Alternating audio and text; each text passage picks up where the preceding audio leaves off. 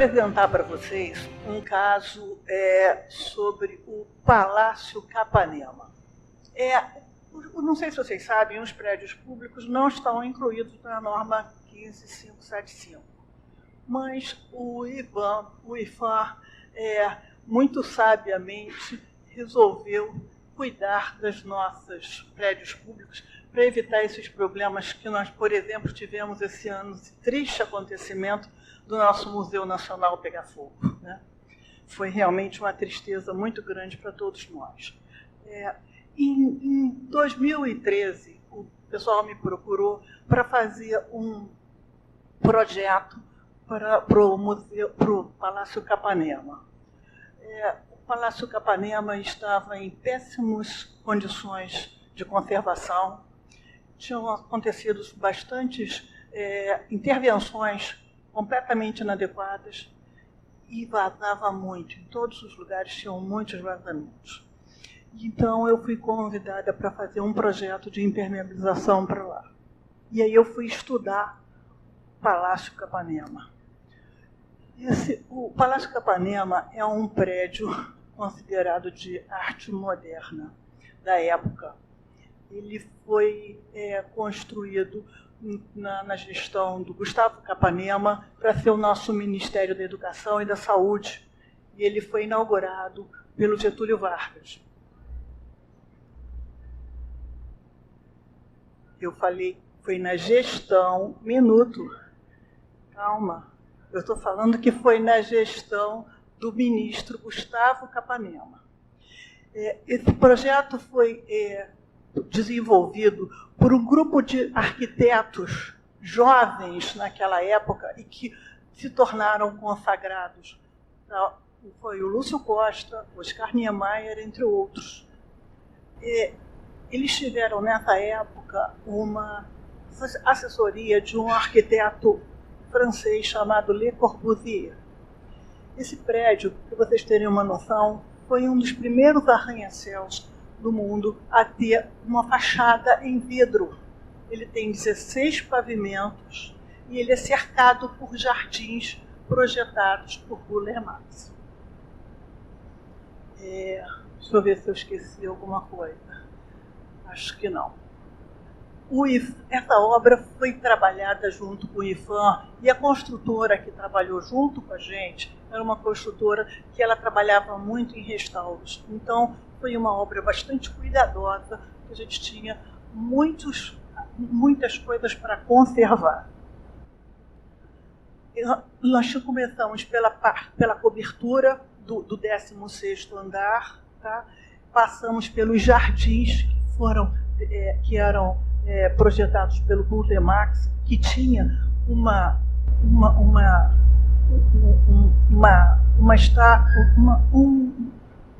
estátua muito pesada e que precisou ser removida para que a impermeabilização passasse por baixo. Nós tínhamos também não sei onde é que aperta aqui. Não aparece. Nós tínhamos a terminação da fachada era bem na face dos jardins, então a gente tinha uma ligação muito complicada nesse local, e embaixo desse local a gente tinha um painel de azulejos, que era um painel de azulejos desenhados por Portinari, que não podiam ser deteriorados. O teto do auditório tem painéis desenhados pelo Cândido Portinari com tintas à base de água. Então, vocês já imaginaram se vazasse como é que ia ser isto. Então, nós tivemos realmente uma série de desafios a serem vencidos. Então, inicialmente foi contratado para fazer a cobertura do 17º, o terraço do 16º, o terraço do 2º pavimento, que é esse terraço que tem os jardins desenhados pelo Burle Marx, e a cobertura do auditório. Posteriormente, eles resolveram fazer, vocês vão ver, posteriormente eles fizeram os tetos das casas de máquinas e das caixas d'água. O que a gente tinha pensado inicialmente? A gente pensou inicialmente em aplicar uma impermeabilização de manta asfáltica colada com asfalto quente. mas como você vai trabalhar com asfalto quente num prédio tombado, além de tudo, no centro da cidade? Então, o que nós fizemos? Nós substituímos todo esse sistema por um sistema de dupla manta colada com maçarico. Todas essas mantas foram testadas, a cada vez que você colocava uma manta era testado. Isso foi colocado, a dupla manta foi em cima, nos jardins a gente também usou dupla manta, só que manta anti-raiz, protegida e com também pintura anti-raiz, para a gente evitar qualquer problema de agressão das raízes às plantas. De raízes à impermeabilização, desculpe. Essa é a planta do 13º, aqui não, desculpe, do 17º. Cadê isso aqui? Aqui. Oi. Aqui. Está aqui. Essa impermeabilização aqui foi impermeabilizada com manta e plaqueamento. E aqui eles impermeabilizaram e protegeram com manta ardoseada. Tá? Esse é o 16º pavimento. Isso aqui são jardins. E isso aqui é um terraço. E aqui tinha uma série de intervenções que vocês vão ver por ocasião da execução quando a gente falar sobre a execução da obra. Como é que a gente tratou isso aqui? Isso aqui são umas portas de vidro, de ferro, todas complicadas.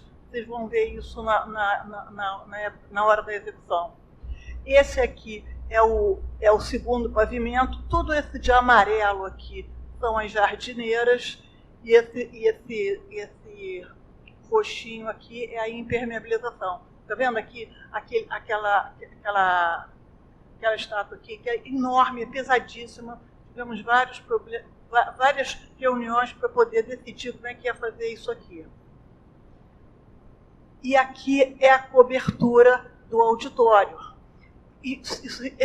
São níveis diferentes e a gente não podia deixar vazar lá para baixo sobre hipótese nenhuma. A gente fez essa cobertura desse auditório toda coberta. Fizemos uma cabaninha, isso aqui foi todo trabalhado, uma proteção para evitar qualquer problema de vazamento aqui nessa área, porque essa área era uma área muito crítica.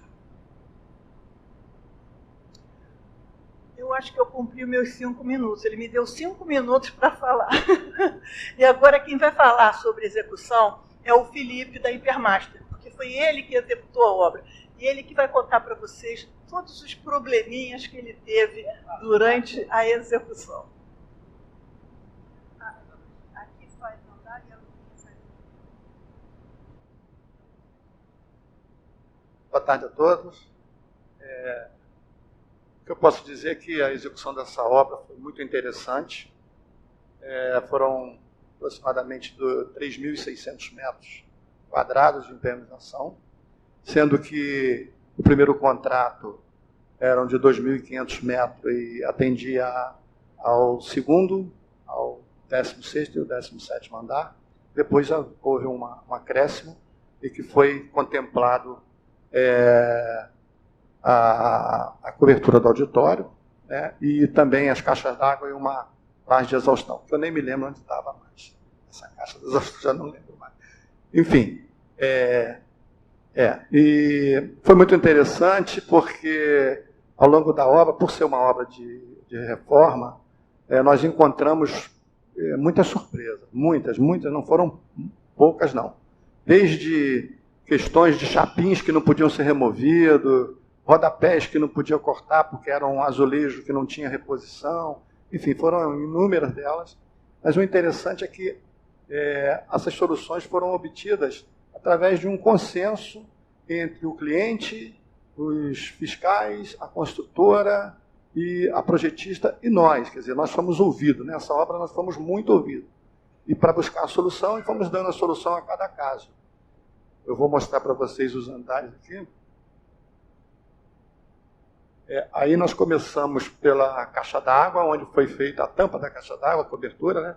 Onde foi feita uma manta asfáltica 4 milímetros tipo 3, e sobre ela foi usado uma segunda manta ardoseada, manta autoprotegida com grãos de ardósia, que deu o acabamento e a proteção necessária. Era uma área de pouca utilização, as pessoas vão lá só para fazer manutenção, então pôde ser usado esse sistema. E aí já mostra a volta do projetista, que teve que dar um detalhe para o chapim. Nesse caso, esses foram um dos poucos chapins que puderam ser removidos. Os demais, é muito difícil fazer. E aí tem um detalhe que mostra a manta, a primeira manta entrando sob o chapim e a segunda fazendo o acabamento ardoseado. Aqui já é o 17º, que é a base das caixas d'água.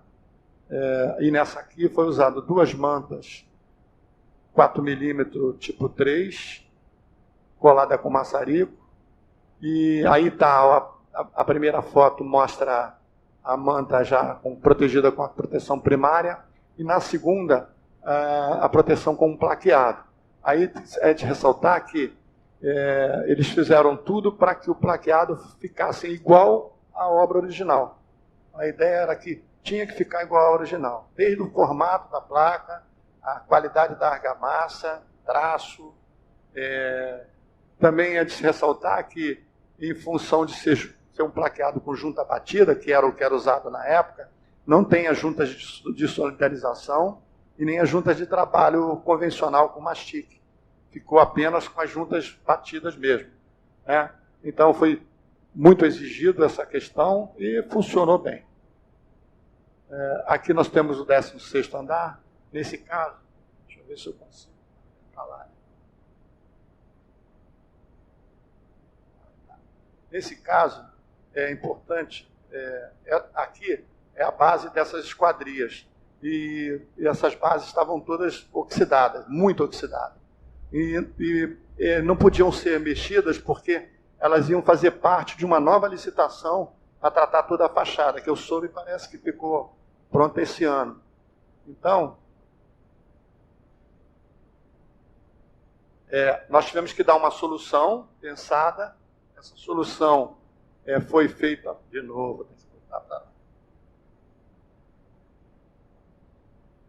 foi feita uma impermeabilização adentrando a área, um tratamento dos perfis, onde foi virada a manta no suporte principal, e foi feita uma terceira manta para evitar que a água chegasse no ponto crítico.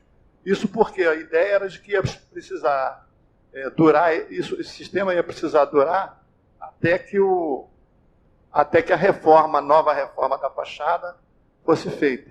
Isso foi obtido. Aqui também está um detalhe dos suportes metálicos que foram utilizados para pendurar andaimes.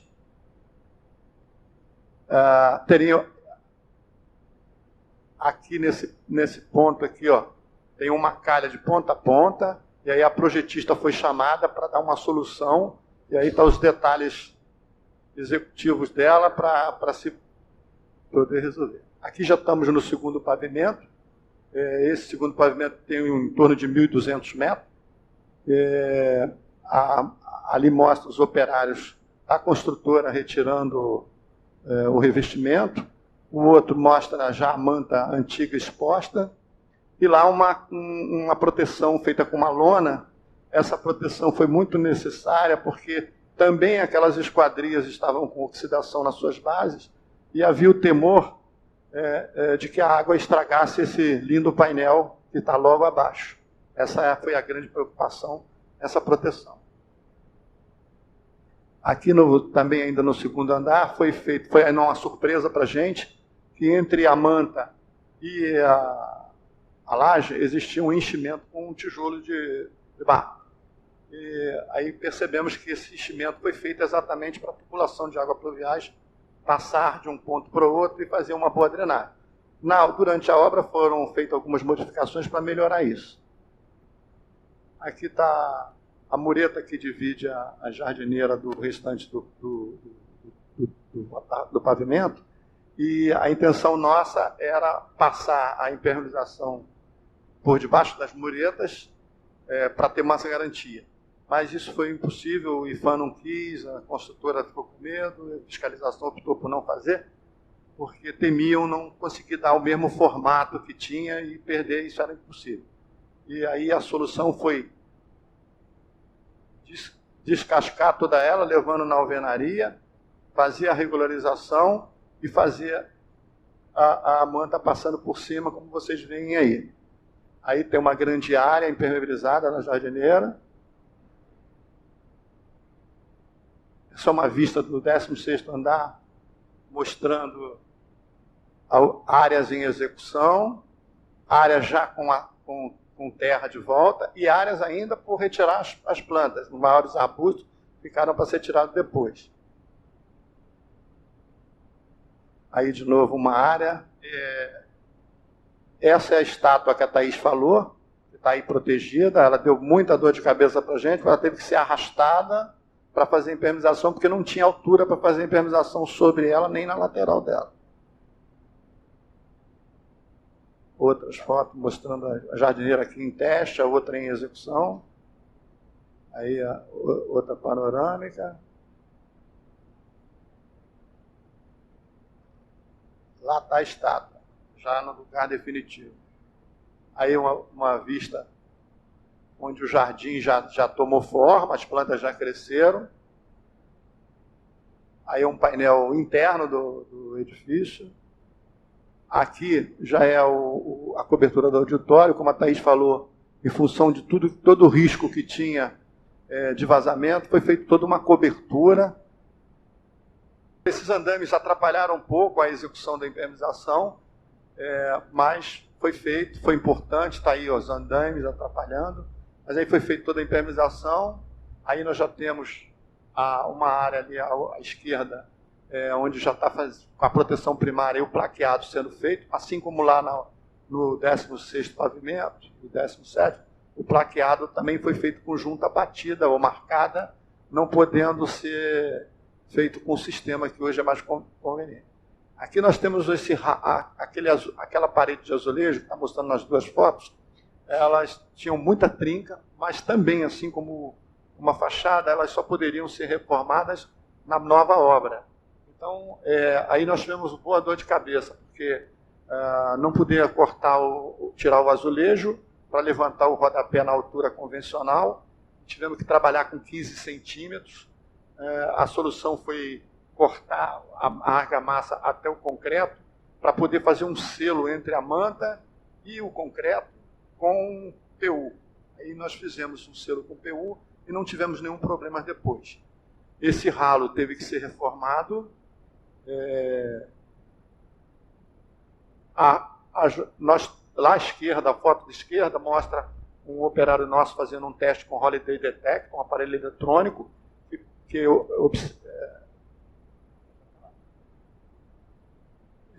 esse aqui, ó, aparelho eletrônico, aqui está equipamento, ele faz uma avaliação da manta, se existe alguma morsa, algum furo ou não.